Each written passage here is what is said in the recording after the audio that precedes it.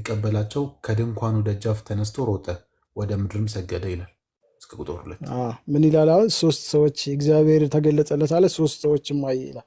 አሁን የእግዚአብሔር ከጥንት ጀምሮ በልጁ በኢየሱስ ክርስቶስ ሊገልጸው ያሰበውን ባህሪውን ሶስትነቱን አስቀድሞ በብሉይ ኪዳን ሶስትነቱን ይገልጽ እንደነበረ ነው የሚያሳየው። እዚህ ጋር ሶስት ሰዎች የሚለው የአካል ሶስትነትን ነው የሚያሳየው። እነዛ ሶስት ሰዎች እነማን ናቸው ነው የሚለው? ከላይ እኮ እግዚአብሔር ተገለጸለት ነው የሚለው። ከላይ ራሱ እኮ ይናገራል። እግዚአብሔር ተገለጸለት፣ ተገናኛቸው። እግዚአብሔር ተገለጸለት አለ። ቀና ብሎ ሲያይ ግን ያየው ስንት ሰው ነው? እኮ ሰው እግዚአብሔር በሰው አምሳል ሶስትነቱን አሳየው። እግዚአብሔር ተገለጸለት። እነማን ናቸው? አይ የፈለኩት እነዛ ሶስት ሰዎች እነማን ናቸው ነው የጠየቅኩት ጥያቄ ለመረዳት። አብ ወልድ መንፈስ ቅዱስ ናቸው ይላል። አብ ወልድ መንፈስ ቅዱስ ስላሴዎች። ኦኬ ማስረጃ ምን ላገኝ እችላለሁ? እነዛ ሶስት ሰዎች አብ ወልድ መንፈስ ቅዱስ ስለመሆናቸው ማስረጃ ከየት ማግኘት እችላለሁ?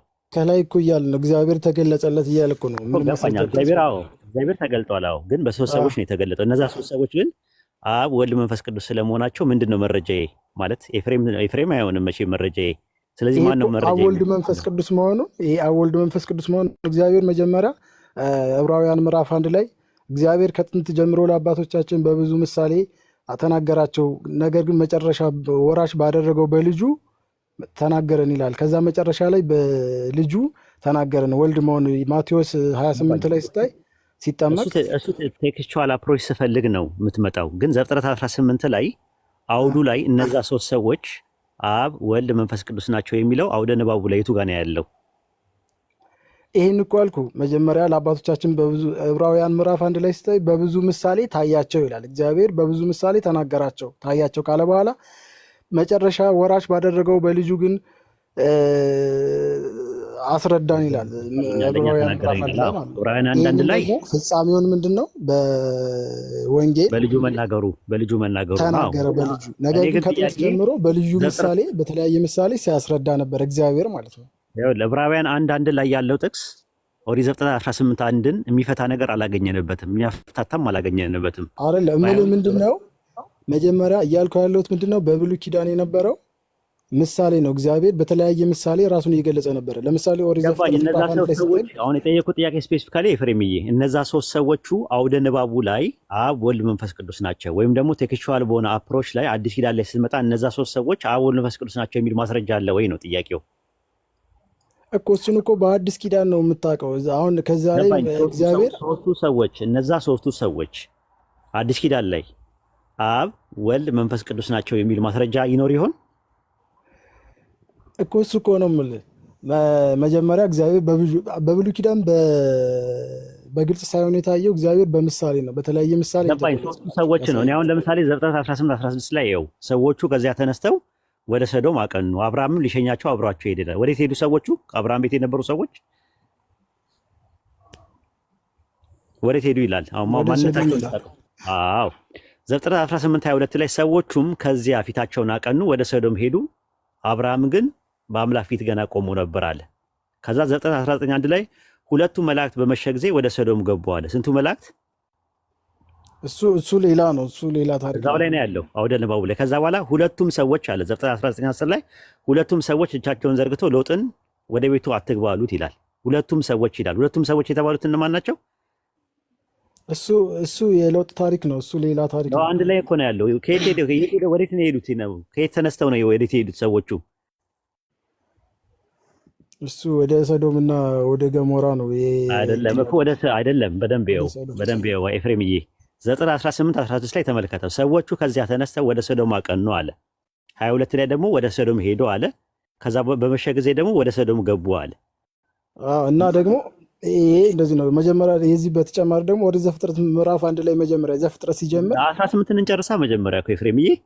እሺ 18ን መጨረስ እዚህ ጋር ምንድነው እንትን ሰዎቹ የሚለው መላእክትን ነው የሚያመለክተው። ዕብራውያንም ጻፊ እንደዛ ነው። ዕብራውያን 13 1 ላይ እንግዶችን መቀበል አትርሱ፣ አንዳንዶች ሳያውቁ አብርሃምን በእንግድነት ተቀብለዋል። ማን ነው ሳያውቁ መላእክትን በእንግድነት ተቀብለዋል ይላል። ማን የተቀበለው ይላል? አብርሃምና ሎጥ ናቸው ይላል እኮ። ያንን ታሪክ አይደለም እግዚአብሔር ተገለጸለት እኮ ነው እያለ ያለ ያኛው ማለት እግዚአብሔር ተገለጸለት። እግዚአብሔር በመላእክት እኮ ይገለጣል አይደል? በተለያየ ጎዳና በተለያየ ነገር ይገለጣል።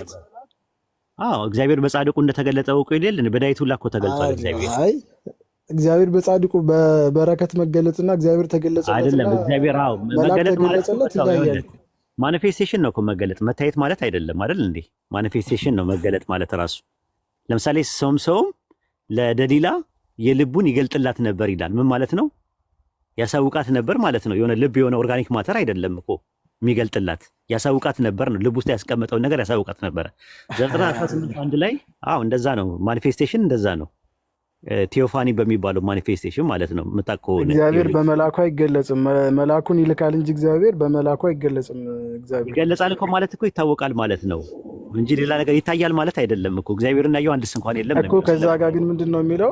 እግዚአብሔር ተገለጸለት ነው የሚለው እኮ። ተገለጸለት ይላል። እነዛ ሶስት ሰዎችን አሁን ይኸውልህ ሀቢቢ፣ እነዛ ሶስት ሰዎች መላእክት ናቸው አልኩኝ እኔ። ማስረጃ ምንድን ነው ስትለኝ ኦሪት ዘፍጥረት ምዕራፍ 18 ቁጥር 16 ላይ ሰዎቹም ይላል አብርሃም ቤት የነበሩ ሰዎች ከዚያ ተነስተው ወደ ሰዶም አቀኑ ይላል። ቁጥር 22 ላይ ሰዎቹ ከዚያ ፊታቸውን አቀኑ ወደ ሰዶም ሄዱ ይላል። ከዛ እሱ ሌላ ታሪክ ነው። እሱ ሌላ ታሪክ ነው። እነማን ናቸው ሰዎቹ የተባሉት? እነማን ናቸው ሰዎቹ የተባሉት?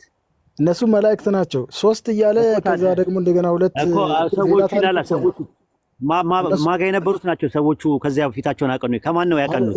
እሱ ሌላ ታሪክ ነው። መጀመሪያ ላይ እኮ ሶስት ሰዎችን አየና እነዛ ሶስቱ ሰዎች አብርሃምን ሲያናግሩ እነዛ ደግሞ ሁለት ነው የሚለው መላእክት ናቸው። እነዛኞቹ ወደ ሁለቱ ሲሄዱ አንዱ ቀረ። አብርሃም ጋር አንዱ ቀርቶ እኮ ነበረ። አይደለም ለአንደዛ ነው። ኮሜንተሪ ላሳይ ከፈለግ የአይሁዳውያኖችን ኮሜንተሪ ላሳይ፣ የክርስቲያን ኮሜንተሪ ላሳይ፣ የተለያየ ኮሜንተሪዎችን ላሳይ። እሱን አይቶ የተመልካቾች የማ ኮሜንተሪ ትቀበላለህ? ክላሲካል ኮሜንተሪ ስለማነበው ያንተ አረዳድ ሌላ ነው። እኔ ደግሞ ክላሲካል ኮሜንተሪ ትቀበላለህ? ክላሲካል ኮሜንተሪ ትቀበላለህ? የቸርች ፋዘርስ ቸርች ፋዘር የምን ቸርች ፋዘር ነው? ለምሳሌ ዮስጦስ ሰማዕቱ፣ ለምሳሌ ጀስቲን ማርቲርስ ትቀበለዋለህ? በ150 አካባቢ ላይ የነበረውን የእሱን ዲያሎግ ዘፍጥረት 18 የፈታበትን ምን ብሎ ነው የፈታው? ያው ዲያሎግ ዊዝ ትራይፖ በሚባለው መጽሐፉ ላይ መላእክት ናቸው ብሎ ነው ያስቀመጠው። ቻፕተር 55 ላይ ማለት ነው። ከፍተን እንደማየት እንችላለን ከፈለክ። እሱ በቃ ተመልካቾቹ በዩት ግን እነዛ ሁለቱ መላእክት ናቸው። ሌላ ልስጥ ዮሐንስ አፈወርቅ በዕብራውያን ምዕራፍ 13 ቁጥር 1ን በሰጠው ኮሜንተሪ ላይ ሲናገር ምንድን ነው ያለው? መላእክቶችን መቀበል አትርሱ፣ አንዳንዶች ሳያውቁ እንግዶችን መቀበል አትርሱ፣ አንዳንዶች ሳያውቁ መላእክትን በእንግድነት ተቀብለዋልና ይላል። ከዛ በኋላ አብርሃምና ሎጥ ተቀብለዋል እንግድነትን ይላል እኮ። አብርሃም በሌላ ታሪክ ተቀብሏል ይላል መልአክ። ግን ይሄ እነዚህ መልአክ አይደሉም። እግዚአብሔር ተገለጸለት። ሰዎቹ የሚለውን መላእክት መሆናቸውን ማስረጃ ሰጠው። ክላሲካል ኮሜንተሪ መስጠት እሱን ተወና ለተመልካች እናፈውና ሌላ ማስረጃ ልስጥ። ሌላ ነው ዘፍጥረት 18 መጀመሪያ እንጨርሳ። እዛ ላይ እሱ በቃ እንኳን ተስማማንም። አንተ የምታምነው ሌላ ነው፣ አንተ እኔ የማምነው ሌላ ነው። ስለዚህ ለተመልካች እንተው አይሻልም? ግዴታ እኮ እዚህ ጋር እንትን ማለት የለብንም። የሎጥን ታሪክ ከአብርሃም ጋር እኮ ማገናኘት የለብንም። አብ ወልድ መንፈስ ቅዱስ ናቸው ስላልከኝ አብ ወልድ መንፈስ ቅዱስ ስላሴን አላሳይ። ዘፍጥረት 18 ምንም ስላሴ ሽታው የለም፣ አላገኘንም እስካሁን ድረስ። ነገር ስላሴ የግዕዝ ቃል እኮ ነው። ስላሴ ማለት ሶስት ማለት ነው። ስላሴ የሚለው ቃል አይደለም። ስላሴ የሚለው ቃል ባይብል ላይ ያለም የለም እኮ አይደለም ጥያቄ። እዛ ጋር ዘፍጥረት ላይ 18 ላይ እግዚአብሔር በሶስት አካላት ተገለጠ፣ በአብ በወልድ መንፈስ ቅዱስ ተገለጠ አልከኝ። እነዛ ሶስቱ ሰዎች መላእክት ናቸው የሚል ማስረጃዎችን ሰጠው። አንተ ግን አብ ወልድ መንፈስ ቅዱስ ስለመሆናቸው ማስረጃዎችን እስካሁን ድረስ አልሰጠኝም። እሱን እኮ አልኩህ። እግዚአብሔር ከጥንት ጀምሮ ለአባቶቻችን በብዙ ምሳሌ ታያቸው ያለው እግዚአብሔር በምሳሌ ነው የገለጸላቸው። ሶስት ሰዎች አብ ወልድ መንፈስ ቅዱስ ናቸው የሚል እሺ፣ አዲስ ኪዳን ማስረጃ ስጠኝ እስቲ ሌው። ዘፍጥረት 18 ላይ የነበሩ ሶስት ሰዎች አብ ወልድ መንፈስ ቅዱስ ናቸው የሚል የአዲስ ኪዳን መረጃና ማስረጃ ስጠኝ እስቲ። ይሄው ህዝብ እየሰማ ነው። ምን ትለኛለህ እንዴ? ልድገምልህ። አብ ወልድ መንፈስ ቅዱስ ነው የሚለው ነው። እነዛ ሶስት ሰዎች አሉ አይደለ? እሺ እነዛ ሶስት ሰዎች ማን ናቸው አልከኝ አንተ ስትነግረኝ ኤፍሬምዬ። እነዛ ሶስት ሰዎች ምንድን ናቸው አልከኝ? እነማን ናቸው አልከኝ? አብ ወልድ መንፈስ ቅዱስ ናቸው አልከኝ። እኔ ደግሞ እነዛ ሰዎች መላእክት ናቸው የተባሉት ብዬ ማስረጃዎችን ሰጠው። የኔ ውድቅ ይሁን እንደውም ከፈለክም። አንተ ደግሞ በተራ ምን ታደርጋለህ? እነዛ ሶስት ሰዎች አብ ወልድ መንፈስ ቅዱስ ስለመሆናቸው ክላሲካል ኮሜንተሪ ታመጣለህ ከፈለክ፣ የአዲስ ኪዳን ማስረጃ ታመጣለህ። ከነቢያትና ከሐዋርያት መካከል ዘፍጥረት 18 አንድን ጠቅሶና አጣቅሶ ለአብ ለወልድ ለመንፈስ ቅዱስ የተጠቀመ አንድ ሰው ስጠኝ። እሱን ሳይሆን አሁን በአዲስ ኪዳን አብ ወልድ እግዚአብሔር በሶስትነት እንደተገለጸ ላሳይህ። ነው አይደለም። ዘፍጥረት 18 ነው እኮ እያወራን ያለን። ዘፍጥረት 18 ላይ ያሉትን እነዛ ሶስት ሰዎች አብ ወልድ መንፈስ ቅዱስ ናቸው ብለሃል። አሁን ምንድነው ሌላ ሰው ቢጠይቀኝ ኬታ መጣው መረጃ አብ ወልድ መንፈስ ቅዱስ ናቸው ብሎ ቢጠይቀኝ ኬታ መጣው ሲለኝ ኤፍሬም የሚባል አለ፣ አብዱልከሪም የሚባል ልጅ አለ፣ እሱ ቤት ኤፍሬምን አገኘና እሱ ነው የነገረኝ ማለት የለብኝም። ራሴን ቆሜ መቻል አለብኝ። ኤቪደንስ ነው የሚያስፈልገኝ። ስለዚህ አዲስ ኪዳን ላይ ወይ ብሉይ ኪዳን ላይ ከነቢያትና ከሐዋርያት መካከል ኦሪት ዘፍጥረት ምዕራፍ 18 ቁጥር 2 ላይ ያሉት ሶስት ሰዎች አብ ወልድ መንፈስ ቅዱስ ናቸው የሚል ማስረጃ ስጠኝ። እኔ እኮ አሁን ከዚህ በላይ እግዚአብሔር ተገለጸለት እያለ ሶስት መሆኑ ከዚህ በላይ ማስረጃ እኮ በእንትን ሐዋርያት ወይም የቸርች ፋዘሮች የጻፉትን ነው የምትለው። አሁን እሱ አይነት መረጃ የለኝም። ሌላ ጊዜ ላመጣል እችላለሁ እንደዚህ አብራቱ የጻፍ ግን ከዚህ በላይ የሚያስረዳ አይደለም እኮ አዲስ ኪዳን ላይ ያሉ ሐዋርያቶች ብሉይ ኪዳን ላይ የነበሩ ነቢያቶች ዘፍጥረት 18ን ጠቅሰው እነዛ ሶስት ሰዎች አብ ወልድ መንፈስ ቅዱስ ስለመሆናቸው ማስረጃ የተናገረ አለ ወይ ነው? ካለ አለ ነው፣ ከሌለ የለም ነው። ወደ ቀጣይ መሄድ እንችላለን። ይህንን ማስረጃ እኮ አልኩ።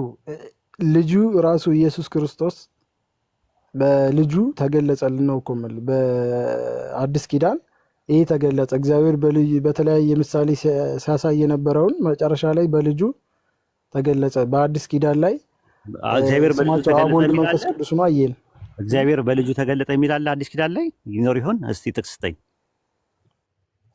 በልጁ ገለጸልን ነው እንጂ ተገለጸ አይደለም እኮ ያልኩት። በልጁ ገለጸልን የሚል አለ። አብራራልን ገለጸልን የሚል እኮ ገለጸልን የሚል አለ ወይ በልጁ? አዎ ዕብራውያን ምዕራፍ 1 አውጣ ከፈለ አይልም። እንደዛ አይልም። ዕብራውያን 1:1 ላይ እግዚአብሔር ከጥንት ጀምሮ ለአባቶች በነቢያት ተናግሮ ነው የሚለው። ሁሉን እኮ አውጣና ሙሉን አንብበው እስኪ። የኔ በቃል ያነብልሃለሁ፣ መውጣት የማይጠበቅብኝም። ዕብራውያን 1:1 ላይ እግዚአብሔር ከጥንት ጀምሮ በተለያየ ጎዳናና በተለያየ መንገድ ለአባቶቻችን በነቢያት ተናግሮ ሁሉን ወራሽ ባደረገት ዘመናትን ባደረገበት በልጁ በዚህ ዘመን መጨረሻ ለእኛ ምን አለን ነው የሚለው? ተናገረን ነው የሚለው። ስለመናገር ነው የሚያወራው። እሺ እስኪ አንዴ ደግሞ ወራሽ ባደረገው ደግሞ ዓለማትን በፈጠረበት እሱ ችግር የለም። ዓለማትን በፈጠረበት ማለት ነው የሚለው። ሌላ እርስ ውስጥ አትግባ። ማርጂናል ፖይንት አታንሳ፣ መርጅ አታድርገው። ፎካል ፖይንት ላይ ነን ያለ ነው። አይ ፈጣሪ አይደለም ምናምን ስለሚባል ነው። እሱን እናወራለን ከፈለክ። ኢየሱስ ፍጡር ነው፣ ፈጣሪ አይደለም። ሌላ አርስት ነው። አሁን ሌላ አርስት ውስጥ አትግባ። ያ ምንድነው? ሽሽት ይባላል፣ ስልታዊ ማፈግፈግ ይባላል። አይ እኔ እኮ ነገርኩህ። ኦሪት ዘፍጥረት ማየት ትችላለህ። ቆይ እንጂ ተረጋጋ እንጂ። ማለት አሁን ያወራው ምንድን ነው? ያወራው እግዚአብሔር በልጁ ተገለጠ የሚል አለ አልከኝ። ምን ላይ? ስለ ዕብራውያን 1:1 ላይ አልከኝ። ዕብራውያን 1:1 ላይ ገብተን ስናየው ስታጣው ሌላ አርዕስት ውስጥ መግባት ፈለግ። አይ በልጁ ተገለጸ አይደለም ያልከው እኮ። ምንድን ነው ያልከው? በልጁ ተገለጸ አይደለም ያልከው? ወራሽ ባረገው በልጁ ተናገረን ነው የሚለው አልኩ። ኧረ ወይም ገለጸልን ማለት ነው እኮ በሌላ ማለት። ኧረ ተው እባክህ በልጁ ተገለጠ አልክና አይልም እንደዛ አልኩ። እናነበዋለን። ዕብራውያን 1:1 ላይ ገባንና ስናነበው የለም፣ ወፍ የለም። አሁን አንተ ወዲያውኑ ምን አደረግከው? ኮንቨርት ልታደርገው ማነው ዳይቨርት ልታደርገው ቶፒኩን ስትል ያዝ አደረግኩ። ያዝ ሳደረግ ደግሞ ያው ተናገረ ነው እኮ ያልኩት አልክ። እንግዲህ የለም እንደዛ አትጠቀም እሺ። እንትን አይደለም፣ ሙስሊሞች ስማርቶች ናቸው፣ ሞኞችም አይደሉም እሺ። ለማንኛውም ሌላ ጥቅስ ፈልግ። አሁን ዘፍጥረት 18 ላይ በልጁ በኢየሱስ ክርስቶስ ማመንና የዘላለም ሕይወት ማግኘት ነው እንጂ አሁን ሌላ ቦታ አሁን ስለ ሳሊቬሽን አይደለም የምናወራው። ሳሊቬሽን ላይ ከፈለክ ለብቻው ማውራት እንችላለን። ክራይስቶሎጂ ላይ ማውራት ከፈለክ ማውራት ትችላለህ። አሁን እያወራን ያለ ነው ትራይዶሎጂ ነው፣ ነገረ ስላሴ ላይ ነው። ነገረ ስላሴ ላይ ማስረጃ አለኝ ብለህ ገብተሃል። ባልከው መሰረት ኦሪት ዘፍጥረት ምዕራፍ 18 ቁጥር 2 ላይ የጠቀስከው ጥቅስ ስለ ስላሴ ያሳያል ወይስ አያሳይም ነው? አያሳይም ነው። ያሳያል ብለህ የጠቀስከታቸው ጥቅስ እነዛ ሶስቱ ሰዎች አብ ወልድ መንፈስ ቅዱስ ናቸው ብለህ አልክ። አውዱ ላይ ፈለግነው አጣ ነው። የአዲስ ኪዳን ላይ ወልድ መንፈስ ቅዱስ እግዚአብሔር ተገለጸ ብሎ በሶስትነት እንደተገለጸ እነዛ ሶስት ሰዎች እነማን ናቸው ብዬ ስለ አብም ወልድም መንፈስ ቅዱስም ናቸው አልክ። እነዛ ሶስቱ ሰዎች መላእክት ናቸው ብዬ አውደ ንባቡን ኮንቴክስቹዋል አፕሮች፣ ቴክስቹዋል አፕሮች፣ ግራማቲካል አፕሮች በተጨማሪ ደግሞ ክላሲካል ኮሜንተሪ አመጣውኒ። አንተ ግን ሳታመጣ በጨበጣው ምንድነው እነዛ ሶስት ሰዎች አብ ወልድ መንፈስ ቅዱስ ናቸው አልከኝ። እንደዛ ብሎ የተናገረና የፈሰረ ክላሲካል ኮሜንተሪ አንደኛ ልታመጣልኝ ይገባል። ሁለተኛ ነገር ደግሞ ከአዲስ ኪዳን ላይ ያሉ ሐዋርያት ብሉይ ኪዳን ላይ የነበሩ ነቢያት ዘፍጥረት 18:1ን ጠቅሰውና አጣቅሰው ይሄ ጥቅስ ለአብ ለወልድ ለመንፈስ ቅዱስ ነው ብለው የተናገሩበት ጥቅስ ስጠኝ አልኩ። ዕብራውያን 1:1 ላይ መጣ። ዕብራውያን 1:1 ላይ ስናየው አውደ ንባቡ ላይ ሽታው የለም። ስለ ዘፍጥረት 18 አንድ ላይ አያወራም። ባይሆን ዕብራውያን 13 አንድ ላይ ስለ ዘፍጥረት 18 አንድ ያወራል። ለምን? እንግዶችን መቀበል አትርሱ፣ አንዳንዶች ሳያውቁት መላእክትን በእንግድነት ምን ብለዋል ተቀብለዋልና አለ። ከዛ በኋላ በኮሚቴሪ ውስጥ በእንግድነት የተቀበሉት አብርሃምና ሎጥ ናቸው መላእክትን ብሎ አስቀመጠልን። ስለዚህ ዘፍጥረት 18 ላይ ያለው ጥቅስ ለስላሴ ትምህርት ቴዎሎጂይዝ ማድረግ የስላሴን ቀመር ለመቀመሪያ መሆን አይችልም ነው እያልን ያለ ነው። ወጥቷል እንዴ? ወጣ ራሱ ማንም አላስወጣውም። አለግባ ይጽፍልኝ ነበር ቢያስወጣው ሰው ካለማ ይጽፍልኝ ነበር፣ ግን ማንም አላስወጣውም። ራሱ ወጣ። ጠብቀውና ጠብቀሽ ሌላ ክርስቲያን ካለ አንድ ቁጥር ይጻፍ።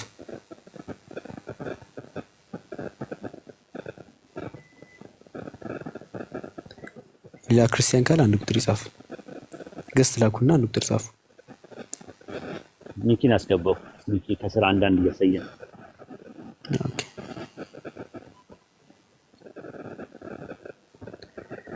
ገስት እሺ፣ ኢንቫይት ተደረገለት።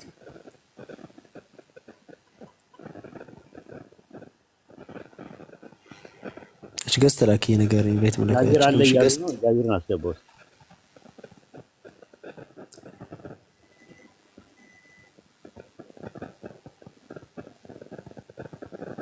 አይ የለም። ኦኬ እሺ እስቲ መግባት የሚፈልግ ክርስቲያን ገስት ይላክ። ሚኪ ምናምን እንትን አይደለም፣ ፕራይቬት ነው አይ ቲንክ። የቀደሙ ልጅ እኮ እየጠየቀ ነው ከስራ አንዳንድ ይጽፋል። ወይ ለአንተ እንኳን አይመጥንም እንደዚህ አይነት ትምህርት። አንተ ኖርማል መሰረታዊ ችግር አለብህ። መግባባት አትችልም። ራስ ማዳመጥ የሚባል ነገር አንድ። ሁለተኛ ነገር ደግሞ በቃ ቁጭ ብለህ ሻይ መጠጣት ከሰው ጋር የምትችል አይመስለኝም። ያው ሪሲሊንግ ነው አንተ የምትፈልገው፣ ሁሌ ድብድብ ነው የምትፈልገው። እንደዛ ደግሞ አይሆንም፣ መንፈሳዊ ነገር ውስጥ አይሆንም። አይ ቲንክ ከስር ሆነ አዳምጣ። አንድ ሳምንት 2 ሳምንት እንትን በል ኮርስ ውሰድ። እዚህ 1-2 ሳምንት ኮርስ ውሰድና ከዛ ስታየው እየታረምክ ትመጣለህ። እርግጠኛ ነኝ ብዙዎች እንደዛ ነው እያደረጉ ያሉት።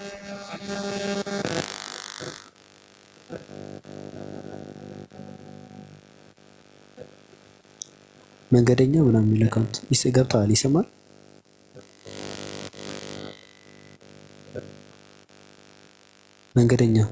መንገደኛ ወጣት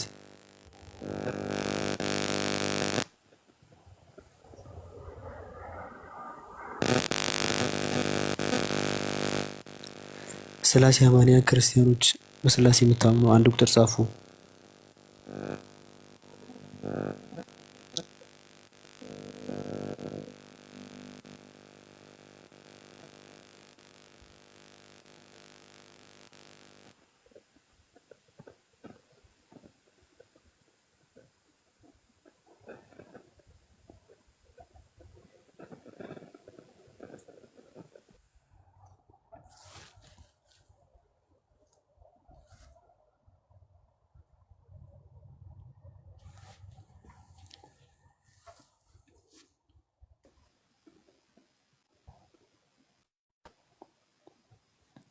ወይ ሙስሊሞች የሚግቡ እንዴ ኡስታዝ? አይ እስከዚህ ከሙስሊሞች ጋር ምን ጉዳይ አለኝ? ሙስሊሞች ከፈለጉ ኡስታዝ እሱ ጋር ሄዱ። ፈትዋ ሊጠይቁኝ ነው። ፈትዋ ነው የሚጠይቁኝ።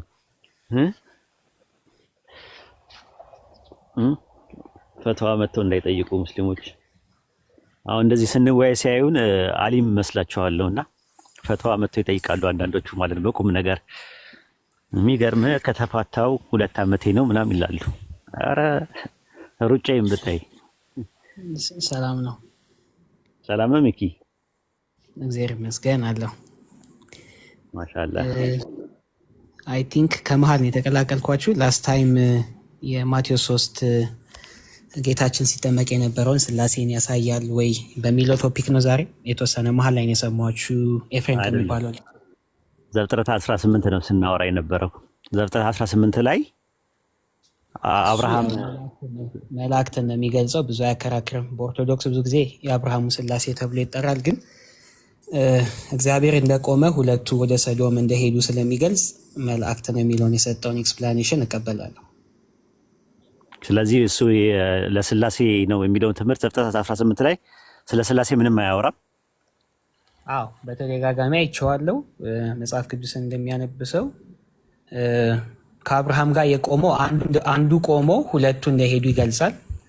ሁለቱ መላእክቱ ሰዶምን ሊያጠፉ እንደሄዱ ይገልጻል እና ሶስት ሆነው መጥተው አንዱ ብቻ እንደቆመ ከአብርሃም ጋር ሲነጋገር ስለሚያሳይ ዛሬ ብቻ ሳይሆን አሁን እናንተ ስታወሩት ሳይሆን በግሌም አይቼው ስለነበር ከዚህ በፊት መላእክት እንደሆኑ ነው የሚገልጸው። ስለዚህ ስላሴን የሚያሳይ ቦታ አለው ብዬ አላምንም ክርስቲያን በሆነ። ኦኬ ጥሩ። ስለዚህ ዘፍጥረት 1:1 እንጀምራ። ከመጀመሪያ ከምትጠቀሙበት ዘፍጥረት 1:1 ላይ በረሺት ባራ ኤሎሂም ኤታ ሸማኢም በኤታ አሬክስ በሚለው ላይ ኤሎሂም የሚለውን ስላሴን ያሳያል ብለው ይላሉ። ትቀበለዋለህ አንተ እሱን? በቁጥር 3 የሚለው ግልጽ ሆኖ በብሉይ ኪዳን ተገልጿል ብዬ አላስብም፣ ግን ከአንድ በላይ እንደሆነ የሚጠቁሙ ቦታዎች አሉ።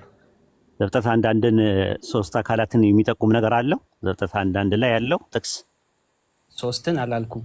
ሐሳቤን ከሰማሁ 3 አካል ነው እኮ። ከአንድ በላይ ማለት ከአንድ በላይ ምን በብሉይ ኪዳን 3 እንደሆኑ በግልጽ የተቀመጠበት ቦታ አለ ብዬ አላልኩም። እኔ ከአንድ በላይ ነው ያልኩ። እኔም 3 አካል ልል የፈለኩት ከአንድ በላይ አንድ አካል እንዳልሆነ ዘፍጥረት 1:1 ላይ ያለው ኤሎሂም የሚለው ቃል በረሺት ባራ ኤሎሂም ኤታ ሸማኢም በኤታ አሬስ የሚለው ቃል ዘፍጥረት 1:1 ላይ ያለው ከአንድ በላይ የሆነ ፐርሰን እንዳለ ያመለክታል ወይ ነው ያልኩ እንጂ ከአንድ በላይ 3 የሚለውን ነገር በኋላ ላይ ከፈለክ ትሰጠኛለህ።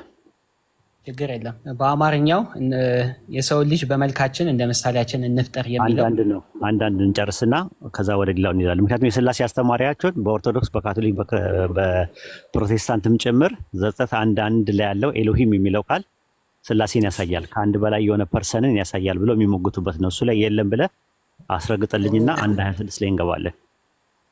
አንተ የምገልጻቸውን ቋንቋዎች የቋንቋ እውቀት የለኝም። በሂብሩ ኤሎሂም የሚለውን ቃል ይጠቀማሉ። ኤሎሂም የሚለው ከአንድ በላይ አካል ያሳያል ብለው ይጠቀማሉ። አንተ ትጠቀማለህ ወይ?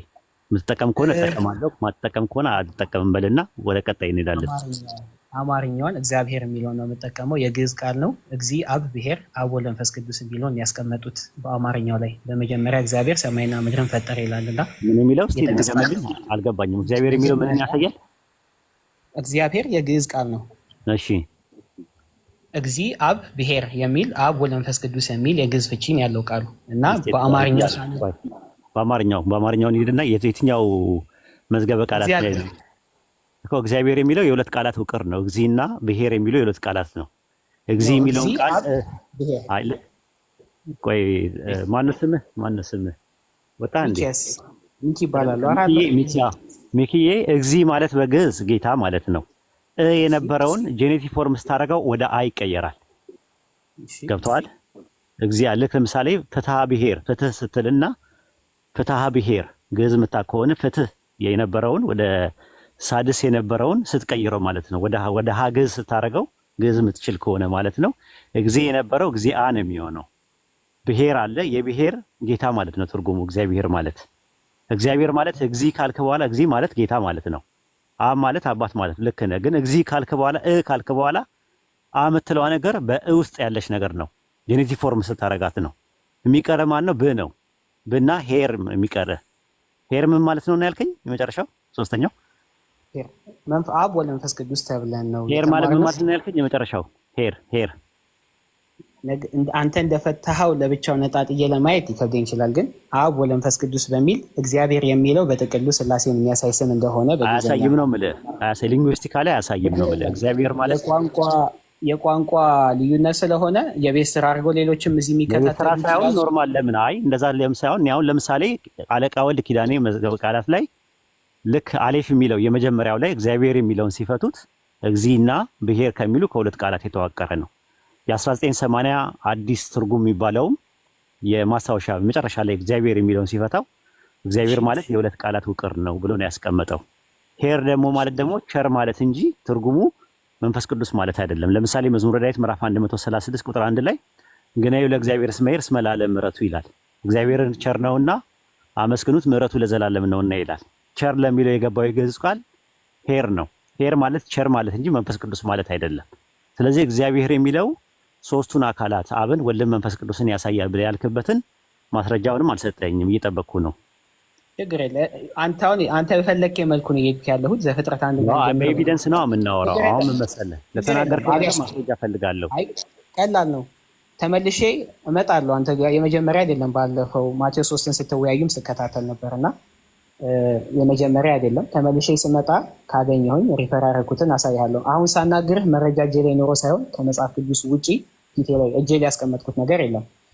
ስለዚህ አንተን ስትወያዩ እንደሚከታተሉ ሰዎች መጽሐፍ ቅዱስ ብቻ ነው እጄ ላይ ያለው። ላሳይ የምችለው እሱን ነው። አንተ የፈለግከው ሀሳብ ጋር ሄጃለሁ። ሲጀምር ያልኩ ምንድን ነው 3 መሆናቸውን በግልጥ የሚያስቀምጥ ቦታ ለማግኘት ባልችልም፣ አይ በቃ ችግር የለውም። አሁን ይኸውልህ ዘፍጥረት አንድ ስታወራ ዘፍጥረት አንዳንድን ነው እንጂ የጀመርነው ገብቷል። ወደ ኋላ የነበሩ ነገሮችን ካነሳቸው ከመጀመሪያ ነው የምንጀምረው እኛ። አንተን የወሰድከኝ እኔ በመልካችን እንደ ምሳሌያችን እንፍጠር የሚለው ከአንድ በላይ እንደሚጠቁም ያሳያል አልኩ። አንተ አንድ ጋር ወሰድከኝ። ጥሩ በቃ አንዳንድን በቃ ቶ ለታዳሚውና ለህሊናም ለአንተም ልተውና ዘፍጥረት 1:26 ላይ ዘፍጥረት 1:26 ላይ ወአሜር ኤሎሂም አሳ አዳም ይላል። ኤሎሂምም አለ ነው የሚለው። ምን አለ? እንፍጠር አለ ይላል። ምንን? ሰው እንፍጠር አለ ይላል። ለማን ነው የሚለው? ኤሎሂም። በምንኛው ነው የምታነበው አንተ? በአማርኛው እናንብብ። እግዚአብሔርም አለ ነው የሚለው። እግዚአብሔርም አለ የሚለው፣ ኤሎሂምም አለ ነው ዕብራይስጥ የሚለው። ገባኝ። አሁን በአማርኛው ከአንድ ቁጥር በላይ ሪፈር እያደረገ ነው። ሁላችንም የአማርኛ ቋንቋ ተናጋሪ። ገባኝ። አይ እግዚአብሔርን ብለህ አስቀምጠውና ችግር የለውም። ዘዳግም 6:4 ላይ ያለው እስራኤሎች ስማ አምላካችን እግዚአብሔር አንድ እግዚአብሔር ነው ይላል አይደል? አንድ የሆነበትን ምክንያት እንደ ሥላሴ ትምህርት ክርስቲያን። ኧረ ቆይ እንጂ ዘፍጥረት 1:26 ላይ ነኝ ያለሁት። አብሽር። ዘፍጥረት 1:26 ላይ እግዚአብሔርም አለ ነው የሚለው አይደል? አዎ። ለነማን ነው እንፍጠር የሚለው? አንተ ንገረኝ። ከአንድ በላይ ይጠቁማል እያልኩ ነው እኮ። ለነማን ነው የሚለው ነው እኮ የምልህ። አሁን እኮ እግዚአብሔር ከአንድ በላይ መሆኑን አይጠቁምም። እግዚአብሔር ከሆነ አካላት ጋር እየተነጋገረ ነው ያለው። እነማን ናቸው ንገረኝ። ቅድም ነገርኩህ እኮ የቤት ስራ ግን እንውሰዱ አልከኛል። እግዚአብሔር የሚለውን አላልኩም እኔ አላልኩም። ኖ ማስረጃዎች ያልኩህ እግዚአብሔር የሚለውን የቤት ስራ አድርገህ የወሰድከው አንተ እንጂ እኔማ መረጃውን እኮ በቃል ነገርኩህ። ትክክል፣ እስማማለሁ። ስለዚህ አሁን ምንድነው እግዚአብሔር ዘፍጥረት 1:26 ላይ እግዚአብሔርም እንፍጠር ያለው ለነማን ነው ብዬ ጥያቄ ያቀረብኩህ። ለነማን ነው እንፍጠር ያለው? የኔ መልስ ከአንድ በላይ የሆነ አካል እኮ ማን ነው? ባዩ ማን ነው? ባዩ ማን ነው?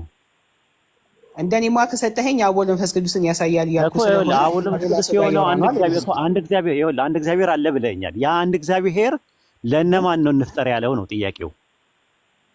እግዚአብሔር ማለት የሚለው ጋር እኮ ሳንስማማ ቀርተን የቤት ስራ ገይዘናል። ችግር የለውም። አብ ወልድ መንፈስ ቅዱስን በለው ማንም በለው፣ ግን ይሄ እግዚአብሔር ከእነማ ጋር ነው እየተነጋገረ ያለው? እግዚአብሔር የምትለው ማንን ነው? ዘፍጥረት 1:26 ላይ ያለው አንተ እግዚአብሔር ሲባል እንደ አንድ ሰው የምጠራው እንጂ ስላሴን ያመለክታል ብዬ ጀምሬ ስላሴን አመልክት። ችግር የለውም እኮ ስላሴ የሆነው አንድ እግዚአብሔር እነማንን ነው እንፍጠር ያለው ነው ጥያቄው።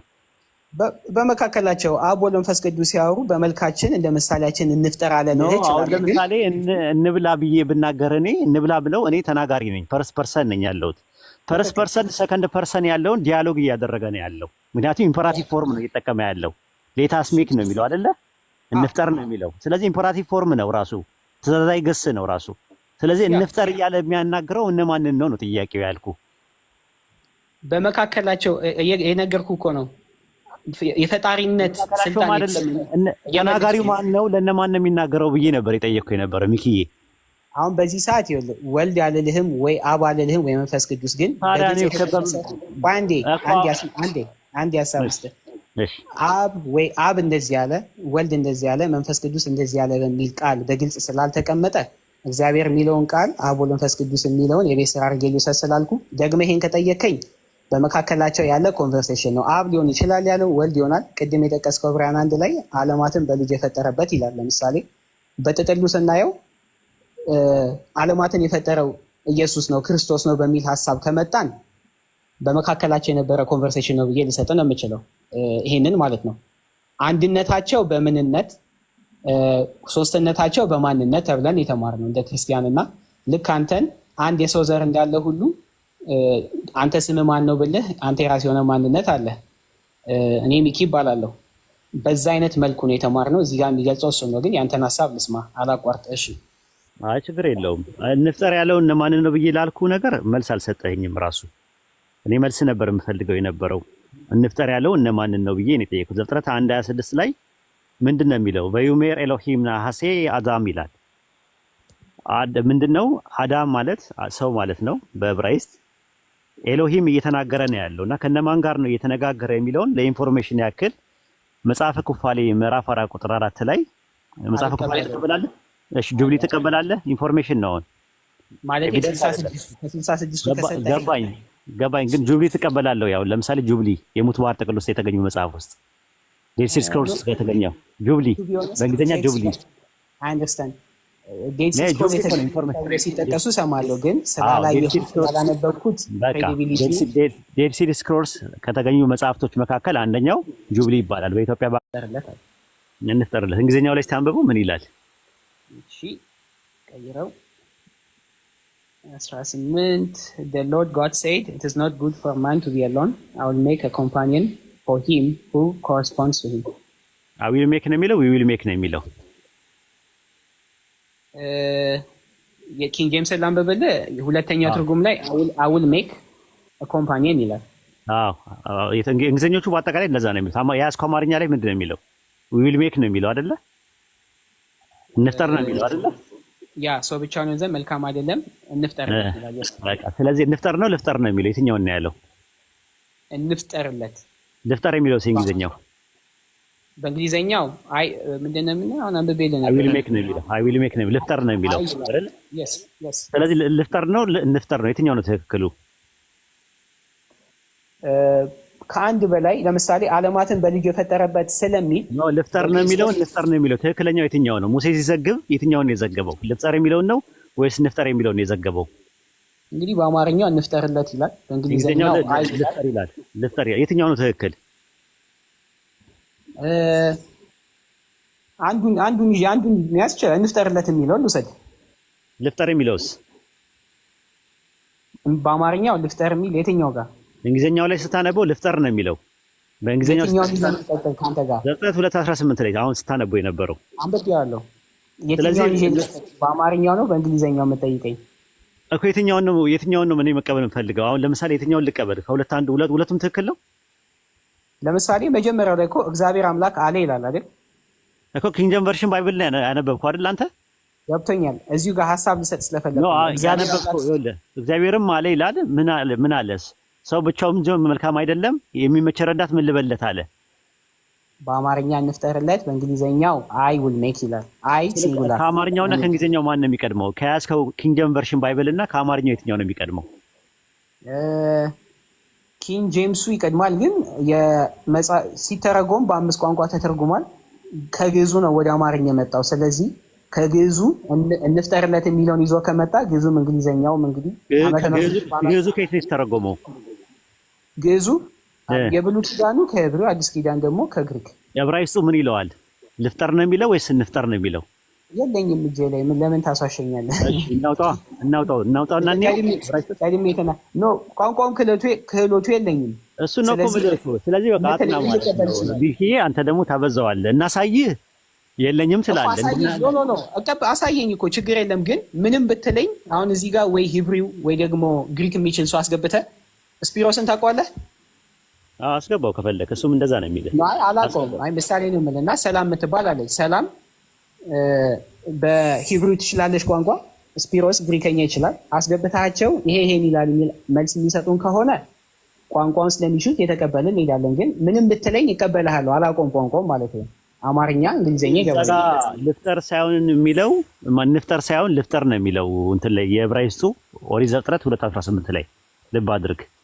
ስለዚህ አሁን ለምሳሌ ኤግዛምፕል ነው የምሰጥህ። በሌላ አርጊውመንት ነው ያመጣው። ምክንያቱም አንተ ተጨማሪ መጽሐፍቶችን ምናምን ነገር ኢንፎርሜሽኖችን አልቀበልም፣ ኤቪደንስ ነው የምናሰራው።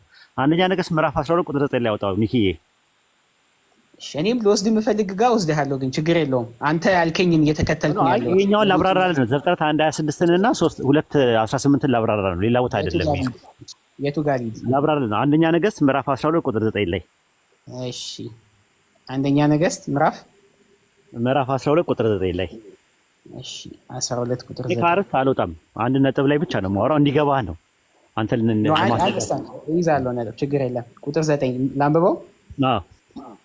እሺ እርሱም አባትህ የጫኑብንን ቀንበር አቃልልን ለሚሉ ሕዝብ እመልስላቸው ዘንድ የምትመክሩኝ ምንድነው አላቸው። እመልስላቸው ዘንድ እመልስላቸው የሚለው ማን ነው? ሮብዓም ነው አይደለ? የሚናገረው የንጉሥ ሰለሞን ልጅ። ብዙ ኮንቴክስቱን ሀሳቡን ስለማላውቀው ታነበዋለህ አሁን። ምክንያቱም አንተ ቤትም ገብተህ ስታነበው በኋላ ላይ እሱ ካልሆነ ትጠይቀኛለህ ስታነበው ማለት ነው፣ ጊዜ እንዳይፈጅብህ። ግን 1% ነው አይደል እየተናገረ ያለው እመልስላቸው ዘንድ እያለ። እርሱም አባቴ የጫኑብን ቀንበር አቃልልህ ለሚሉኝ ሕዝብ እመልስላቸው ዘንድ የምትመክሩኝ ምንድን ነው አላቸው። ስለዚህ እመልስላቸው አላቸው የሚላቸው ለእንትን ነው፣ ለዛ ለአማካሪዎቹ ነው። ለአማካሪዎቹ ሲነግራቸው እመልስላቸው ዘንድ የምትመክሩኝ ምንድን ነው የሚለውን እመልስላቸው የዕብራይስጥ የሚለው ናሺብ ነው የሚለው። ናሺብ ማለት እንመልስላቸው ዘንድ ነው የሚለው። አሺብ ቢሆን ኖሮ እመልስላቸው ዘንድ ነው የሚለው። እንግሊዝኛውን ደግሞ ብታነበው እስቲ አንብበው። እንግሊዝኛውን ብታነበው ተመሳሳይ ነው፣ የዕብራይስጡን አይነት ነው የሚናገር። ግን ያ እንትኑ ከአንድ በላይ ፐርሰን ሆኖ አይደለም። ሮብዓም ከአንድ በላይ ፐርሰን ሆኖ ሳይሆን በእንትን ውስጥ አምፕሊቲዩድ የሚባል ነገር አለ በሄብሪው ግራመር ውስጥ። እንግሊዝኛውን አንብበው ምን ይላል? He asked them, how do you advise me to respond to these people who say to me, listen the demands your father placed on us? እንመልስላቸው ዘንድ የሚል የለም። How do you advise me to respond to these people? me የሚል እንደ አንድ ሲንጉላር ፐርሰን የተጠቀመ ይመስላል እዚህ ጋር።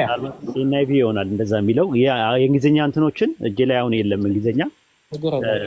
እንመልስላቸው ዘንድ በሚለው ይልክ እንደ ዕብራይስጡ አስቀምጠውታል። ለማንኛውም ናሺብ ማለት ወደፊት ያው ዕብራይስጥ የሚችሉ ሰዎች አውቃለሁ ስላልክ ወይ ከኔ ጋር እዚህ ጋር መጥተው እንዲነጋገሩ ታደርጋለህ፣ ወይ ደግሞ የምታደርገው ነገር ምንድነው ታነበውና ትክክል ካልሆንኩኝ ያው ናሺብ የሚል ቃል ነው የሚጠቀሙ። ናሺብ ማለት እንመልስላቸው ዘንድ ማለት ነው። አሺብ ሲሆን ደግሞ መልስላቸው ዘንድ ነው የሚለው። አሁን ሮብዓም የተጠቀመው አሺብ ሳይሆን ና ምትል መግቢያ ላይ አለች። ልክ በተመሳሳይ ዘፍጥረት 1:26 ላይ ያለው ወዩሜር ኤሎሂም ና አሴ አዳም ይላል። አሴ ቢል ኖሮ ና ምትለዋ ነገር የሚያሳየው አምፕሊቲዩድ ሆኖ ይጠቀማል በዕብራይስጥ። ልክ ዘፍጥረት 1:1 ላይ በረሺት ባራ ኤሎሂም ኤታ ሸማኢም ወኤታ አሬስ ይላል። ባራ ነው የሚለው፣ ፈጠረ ነው የሚለው። ባሩ አይልም፣ ፈጠሩ አይልም።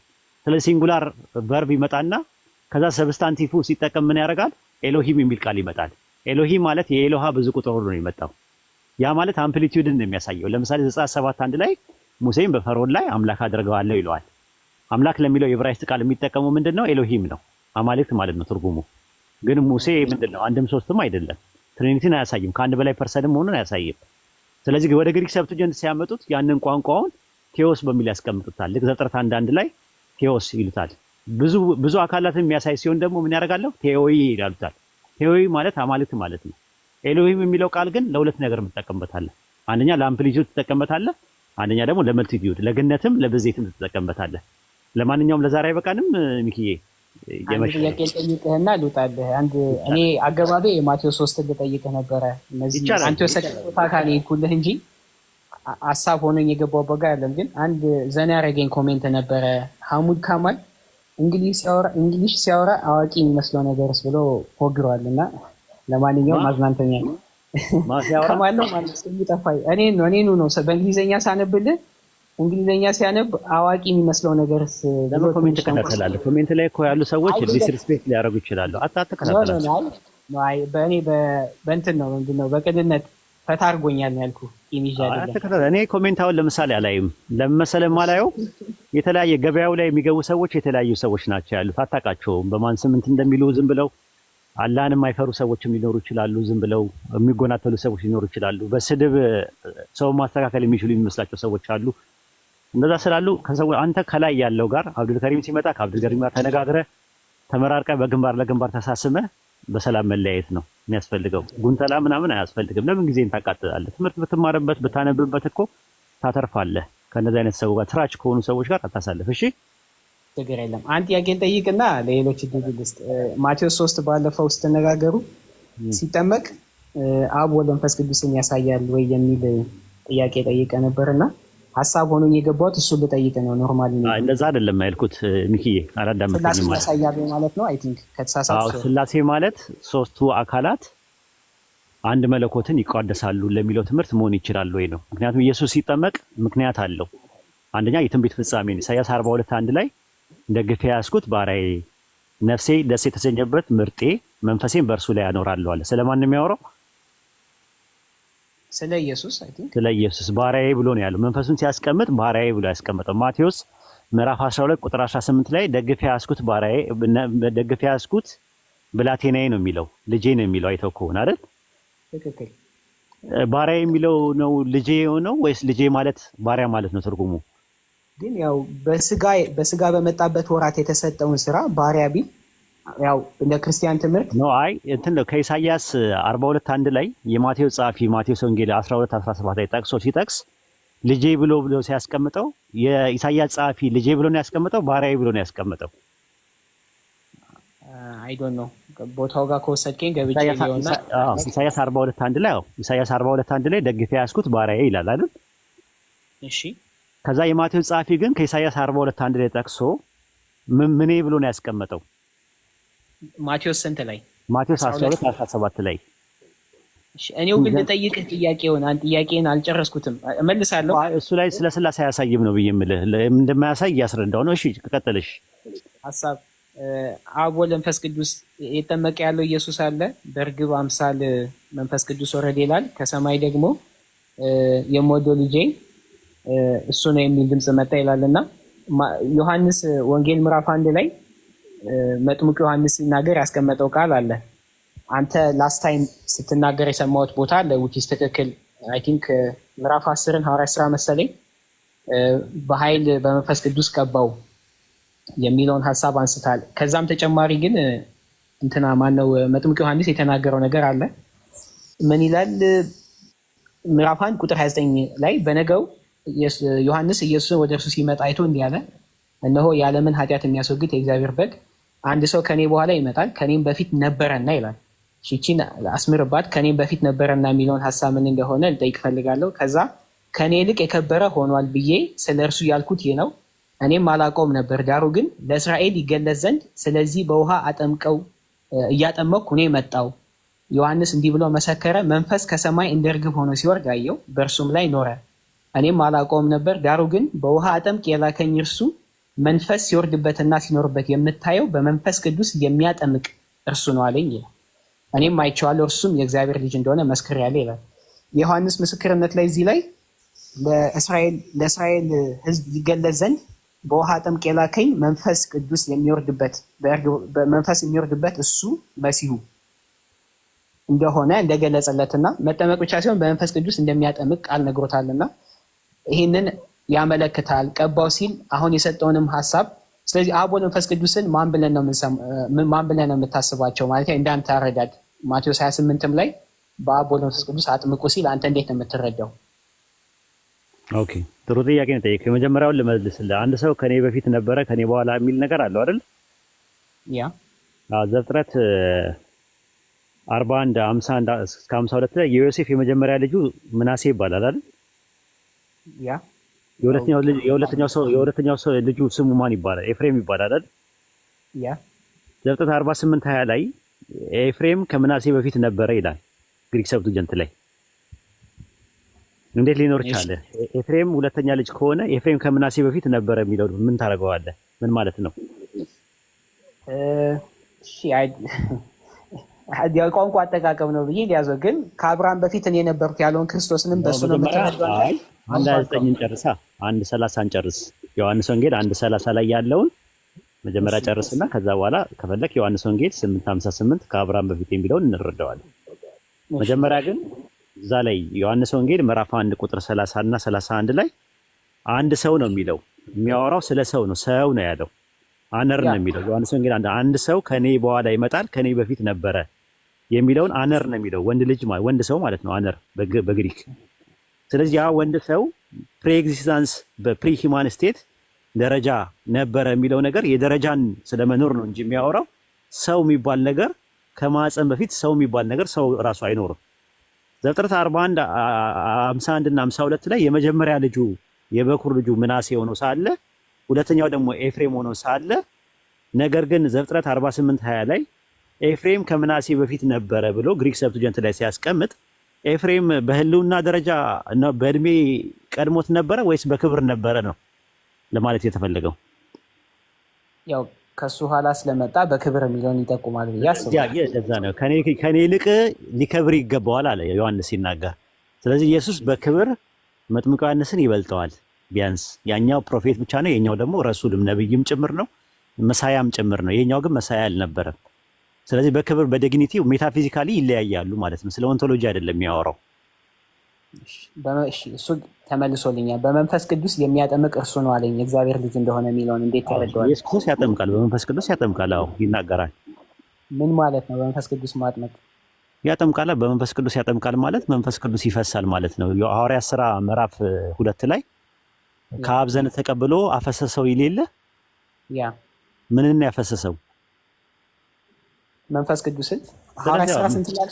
ሐዋርያት ሥራ ምዕራፍ 2 ላይ ቁጥር አይ ቲንክ 28 አካባቢ ላይ ስትመለከተው አሁን የምታዩትና የምትሰሙት ኦኬ ትክክል።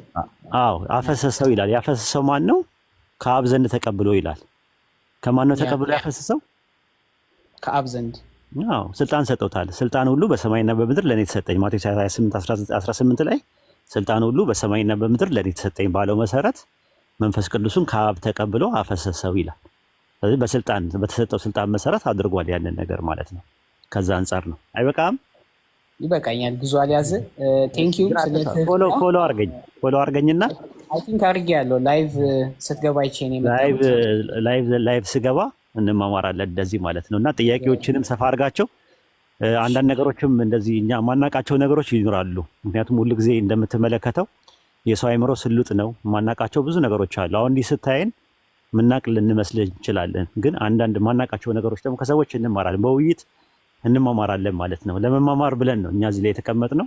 አይ ቲንክ ሌላውን ለማሳነስ እኛን ለማተለቅ፣ ሌላውን ለማዋረድ እኛን ለራሳችን ለማስከበር፣ ሌላውን መሀይም ለማድረግ እኛ ራሳችን አዋቂ ለማድረግ ሳይሆን በውይይታችን በአንዳንድ ነገራችን ሰዎች ትምህርት ያገኛሉ ከሚለው አንጻር ነው።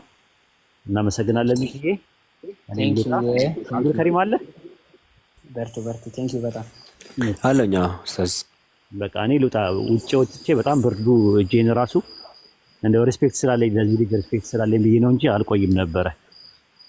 አይ በቃ መሽቷል። ሊተርሊ በቃ ወሰላሙ አለይኩም ከገባን ወአለይኩም ሰላም ወራህመቱላህ።